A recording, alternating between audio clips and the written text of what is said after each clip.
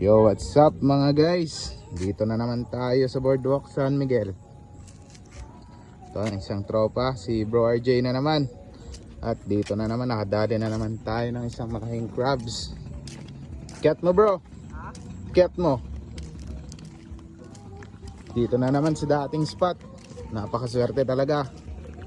Grabe. Ganun na naman kalaki guys. 1 kilo na naman to. Yan o. Malaki to? Babae yata. Focus natin guys. Hintayin natin siya. Buti nahanap mo. Grabe guys, laki na naman oh. Yan oh. Sheesh. Wan manang. Guys, grabing laki na naman. Kasama niya to yung noon. Grabe oh. Slipper check, slipper check. Bigyan na slipper natin guys. Yan na naman oh. Guys, grabe. Halos pares sila ng tama nung una. Ano to? Panahan ko yan, Uncle. Solid. Lumamet siguro Bro RJ. Umurta. Yes. Halisin na dito. Dito. Sinapog natin. Patay mo ilaw mo. Ganda to dito. Halisin natin. Halos ganun lang din po siya laki. Oh. Ayan guys. Hey. Lupet. Solve na naman. Okay guys. Ito. Nakausad lang tayo konti. Ito pumana siya. Ito meron na naman guys. Solid na naman. Baba ka? Matay ako dyan. Ano yan? Doon ulit. Yes. Hagis ko tong lalagyan. Sige. Baka mapukulan na. Ito? Baka pukulaan ko ba? Oh. Sige. Ilaw mo. Alisin mo yung ilaw mo. Fire. Nay, naikat na yung ramay niya yan. Bago ah.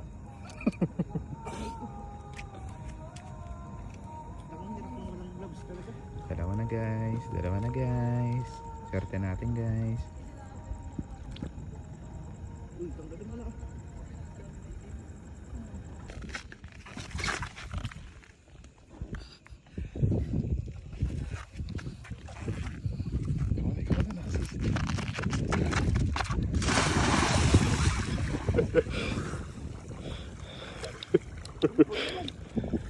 Gago, kapkamat siya Gloria.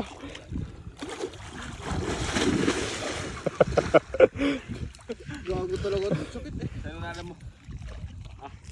Asan eh? Hindi dito lahat to. Wala akong kod. Kinuha niya yung Ang lupit. kod ko. Ayun, sabi ko sa kanya may baraungan eh. Ang daming baraungan na malalaki. Hindi na ano, ba't ka sumurok mo itong sako ko? Kumpat sa kan. Ay, kumpat sa semento tas dumulas. Sige na rin, malapit na. Malapit na may katasaka. Sige na rin, malapit na. Sige na. Shit, lumawa. Naoperahan. Ako na, tiro-tiro yung ginilas ko. Kasi na sa akin. So, dito na tayo guys sa bahay. Titignan na natin kung ilang kilo ang huli niya.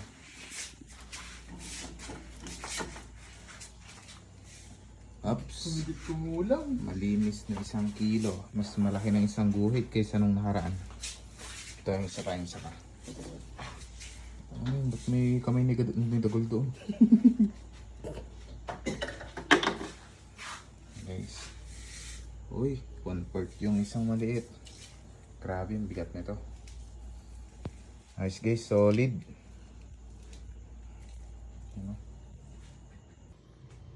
So ayun mga bro, tatanggalin natin yung mga libag-libag niya.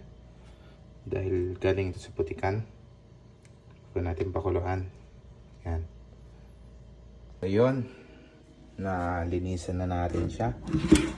Bawas-bawasan natin yung mga putik-putik. Pwede na yan kasi papakulaan lang din natin. Ito.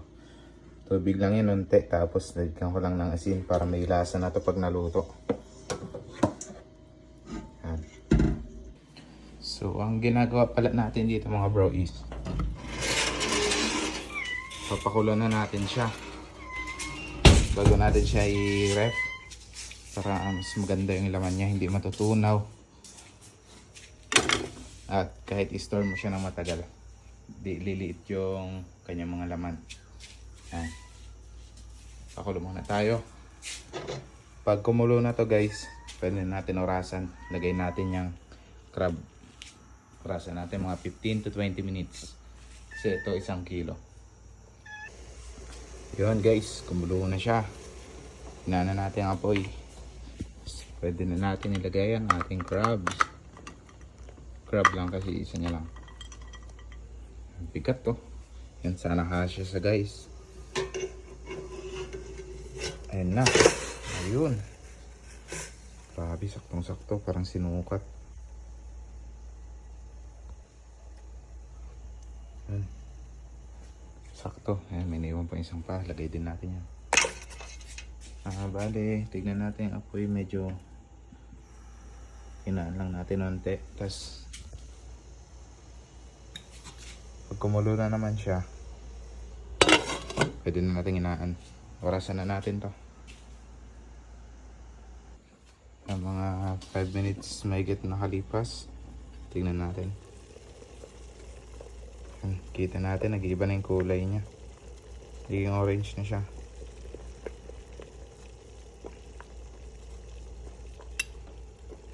Sarahan muna natin at kaya natin maluto. Ayun. Kalipas ng 20 minutes. Ito siya. Luto na siya. Tanggalin natin dyan. Tandaan lang po at mainit to.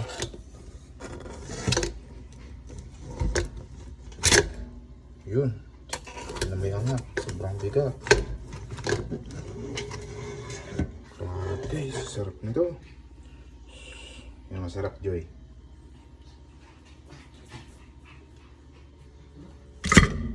Uy, tumalon. Yan, saktong-sakto sa malaking plato. Ito pa, yung isa niyang paa. Yan. Ilagay na natin siya dito guys. Para dali na siyang lumamig. At bago natin i-ref. Ayos. Catch and cook mud crab. Solid.